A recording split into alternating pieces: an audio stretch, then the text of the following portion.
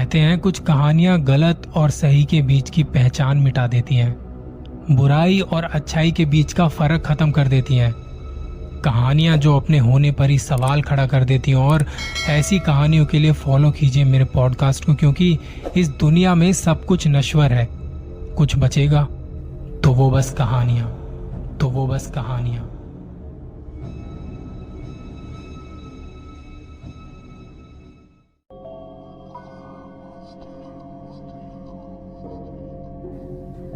नवंबर 2016, जगह Delhi, Narayana dental officers mess. हमारे army वालों का अपना एक अलग ही अंदाज होता है। कई तरह की अलग अलग सुविधाएं उन्हें मिलती हैं। आखिरकार देश की सेवा जो करते हैं तो बदले में सरकार उन्हें कुछ ऐसी सहूलियत भी देती है। उन्हीं में से एक सुविधा ऐसी है जैसे आर्मी वालों के लिए ऑफिसर्स मेस बने होते हैं, जिनका उपयोग वो अपने बड़े बड़े फंक्शंस, एनुअल मीटिंग्स जैसे समारोह के लिए करते हैं।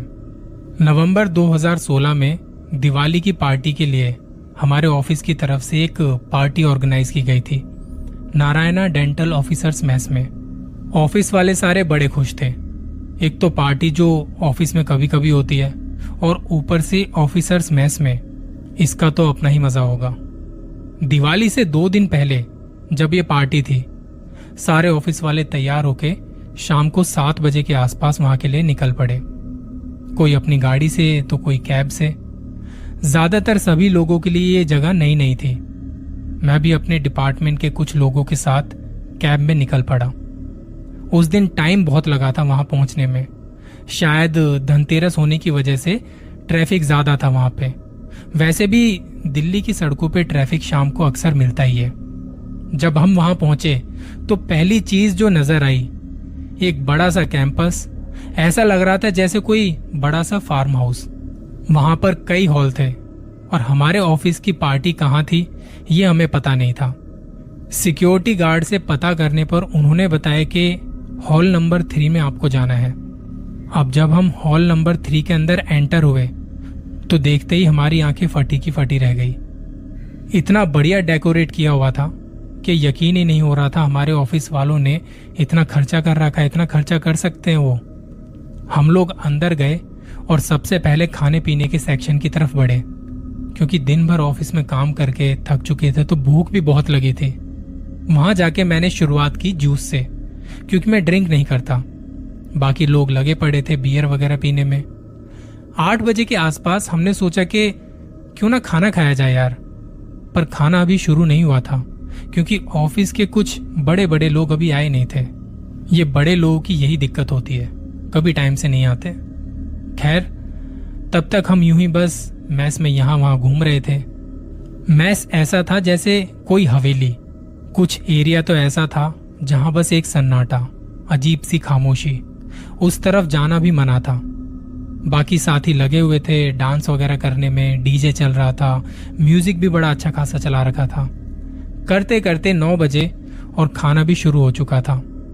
खाने में कई तरह की वैरायटियां थी, वेज नॉन वेज दोनों तरह की। भरपेट खाना खाया और खूब डांस किया। शुक्र है वहां ऑफिस के काम की ज्यादा बातें नहीं हो रही थी। करते करते 10:30 बजने को थे। खाना खा के हम 6-7 लोग बाहर आ गए थे टहलने के लिए। कुछ लोग स्मोकिंग कर रहे थे और कुछ एक दूसरे की खिंचाई। और मेरा ध्यान था कि घर कब जाना है, क्योंकि मैं इतनी रात तक बाहर नहीं रहता हूं। मुझे लगता है कि घर वाले परेशान होंगे और खुद भी मुझे पसंद नहीं है इतना बाहर रहना। ऐसे में यूं ही घूमते फिरते बातें करते 11 बजने को थे, पर अभी तक किसी का मन नहीं था यहां से जाने का। मैंने घर पे फोन करके अपनी वाइफ को बताया कि ऐसे ऐसे अभी तो हम यहीं पर हैं, आते आते टाइम हो जाएगा। थोड़ा समय और बीतने के बाद मुझे लगा कि 11 बज चुके हैं, मुझे यहां से निकलना चाहिए। अब मैं अपने ऑफिस वालों की नजरों से बचते बचाते बाहर निकला, पर वो एरिया ऐसा था, ना तो वहां कोई कैब मिल रही थी ना ऑटो। उस वक्त मेरी हालत और भी ज्यादा खराब हो गई कि कैसे जाऊं अब घर। 15-20 मिनट रुकने के बाद मुझे एक ऑटो वाला मिला। जहां 150 रुपए लगते थे, उस ऑटो वाले ने मुझसे 350 रुपए मांगे। सही बताऊं तो उस वक्त मुझे बस वहां से निकलना था, तो मैंने कहा कि चलो भैया 11:30 बजे तक हमारा ऑटो वहां से निकल पड़ा था। मेरे मन में चल रहा था कि ये ऑटो मैं घर के सामने ही रुकवाने वाला हूँ। 350 रुपये दे रहा हूँ यार। मैं किसी को भी बता के नहीं आया था और मुझे लगा कि वो लोग मुझे ढूंढने ना लगे, तो मैंने फोन को भी ऑफ कर दिया क्योंकि बैटरी बहुत कम बची थी। हम लोग थोड़ा आगे चले ही थे कि तभी मुझे याद आया कि दिल्ली कैंट के बारे में। दिल्ली में ये जो जगह है ना, ये बड़ा हॉन्टेड एरिया माना जाता है। वहां के रास्ते एकदम खाली पड़े थे, कोई कोई गाड़ी नजर आ रही थी बस। कहीं कहीं पे तो लाइट भी नहीं जल रही थी, एकदम अंधेरा, दूर दूर तक कोई नहीं। थोड़ी थोड़ी देर में ट्रक वहां से गुजर रहे थे। रात के वक्त वैसे भी ट्रक ही चलते हैं। जब हम दिल्ली कैंट वाले एरिया के आसपास से गुजर रहे थे तो वहां एक रेड लाइट आई और ऑटो रुक गया। 70 सेकंड की रेड लाइट थी वो।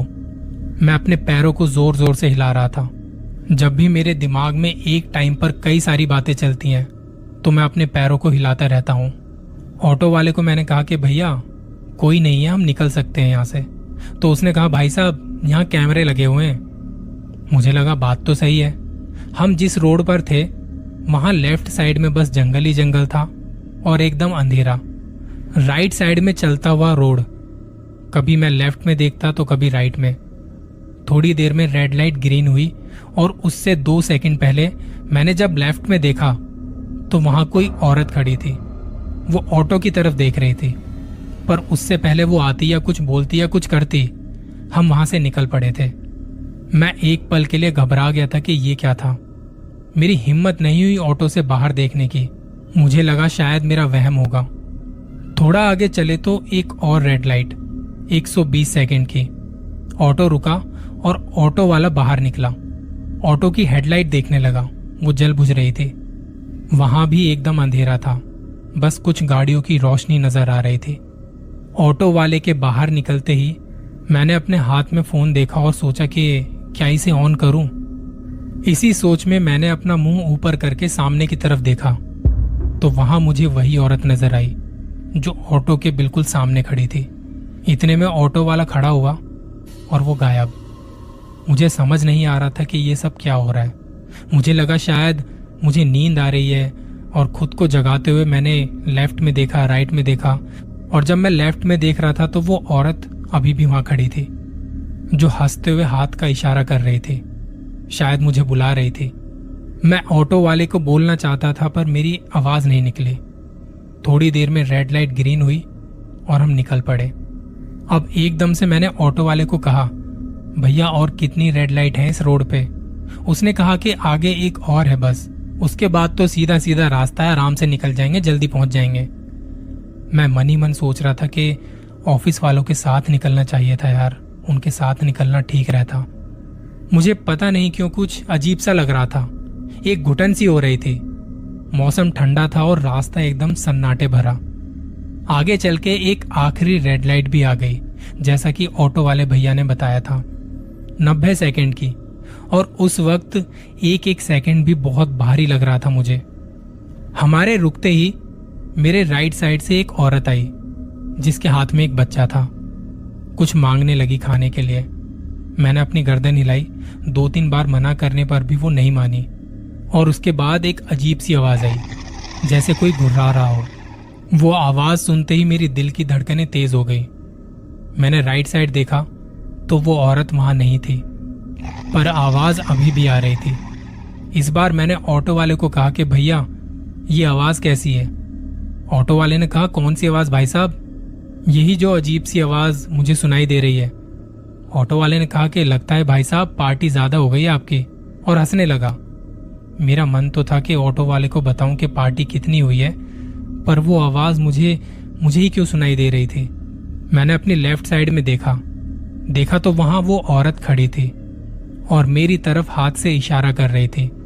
तभी अचानक से वो औरत भी आ गई जिसके हाथ में एक बच्चा था। वो कुछ मांग रही थी अभी भी।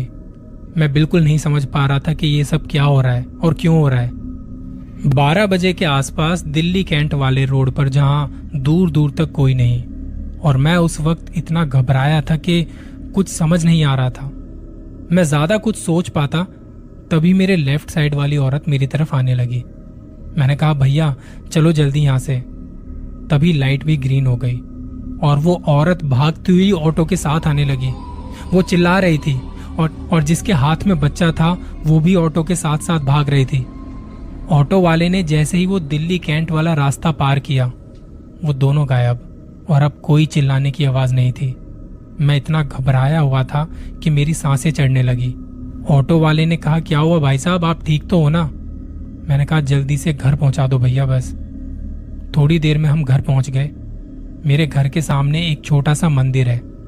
मैंने उस ऑटो के किराए के पैसे दिए, मंदिर के सामने हाथ जोड़े, भगवान का शुक्रिया अदा किया और मैं घर के अंदर आ गया।